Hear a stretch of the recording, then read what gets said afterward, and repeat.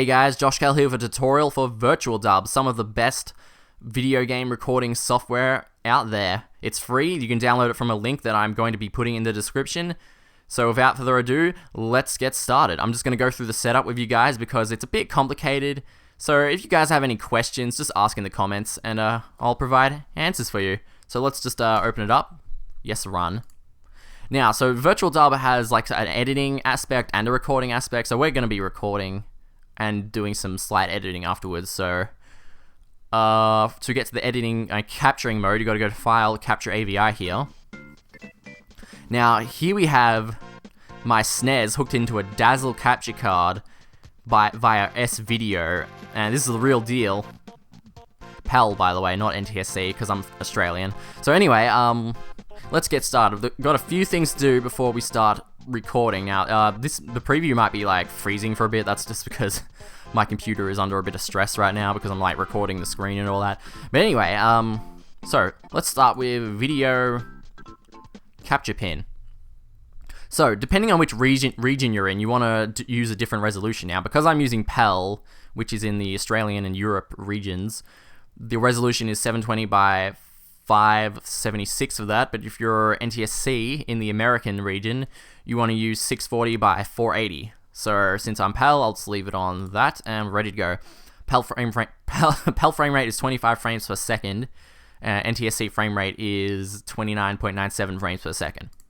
Okay, now that that's done, I want to still go to video and capture filter this time. Okay, so I just changed the video stuff a bit just to make it look a bit better.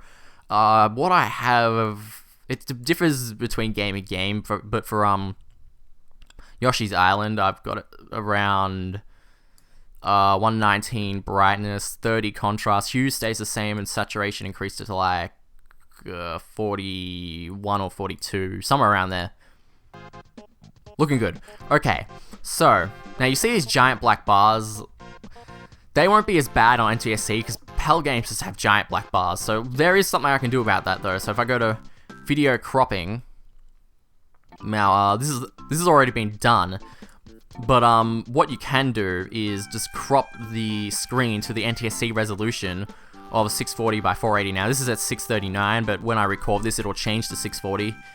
Just because it's like interlaced or something. I'm not exactly sure how that works, but yeah, if your PAL set it to crop to 639 by 480. NTSC, if you want to crop it, just, you know, crop it to where the black bars end, I guess. Now I gotta fix it. Okay, so next, I just want to go to audio real quick. By the way, when you first get the program, you might have to enable audio playback and capture here. No, actually, audio is fine. Now what I want to go to is capture and timing. Now by default, resync mode is on sync audio to video by resampling the audio to a faster and slower rate, which pretty much means if the audio can't keep up with the video, it'll slow down or speed up to catch up with it and stay in sync. Now I don't like that, I like editing it in my video editor afterwards, but you know, you're free to choose and experiment with it yourself. If your computer's really good and it can keep up fully, then sure, just leave it on this, it won't be a problem. But anyway, I just wanted to cover that real quickly. Okay, so I believe... Right, before we start the capture, we just have to set capture file, name it something, you know, just derp, whatever. And that's pretty much all we have to do. So I'll just go to capture video. I'll just capture this for a bit. Just jump around. VirtualDub has a pretty good preview. The delay's only like a second or two, so you can kind of play fine using this, but I just want to record for a sec. So, stop capture.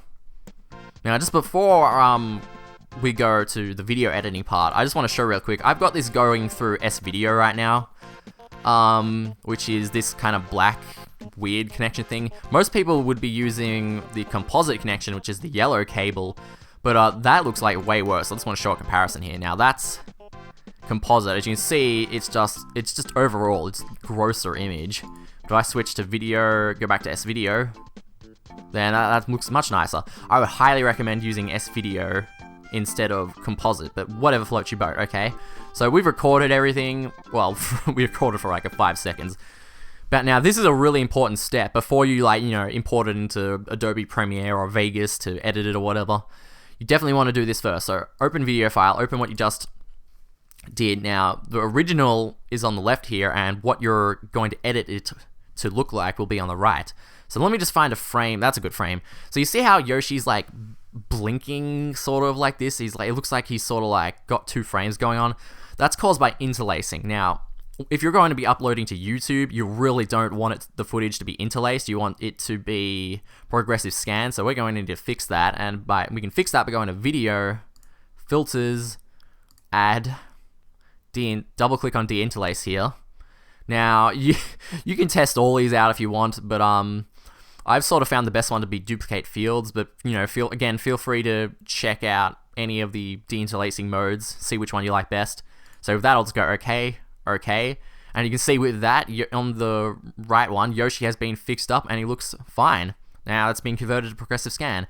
And just before we render this, I just want to say that if you didn't audio resample, so there's no timing fix for that, you will need to go to audio, you'll need to go to video, select range, and cut off audio when the video stream ends. You need to untick that because they won't be in sync, so definitely want to untick that. And yeah, I believe that's all. So that's you only need to do that if you chose to disable the syncing stuff in Capture. So anyway, now that we've done that, that's pretty much all you need to do. So go File, Save as AVI, and just change the name slightly. I just add a D in there, and this will quickly, you can change it to highest to make it go faster, and that'll quickly render that out. So you're ready to stick it into Sony Vegas or whatever and edit your Let's Play or whatever, have it be whatever.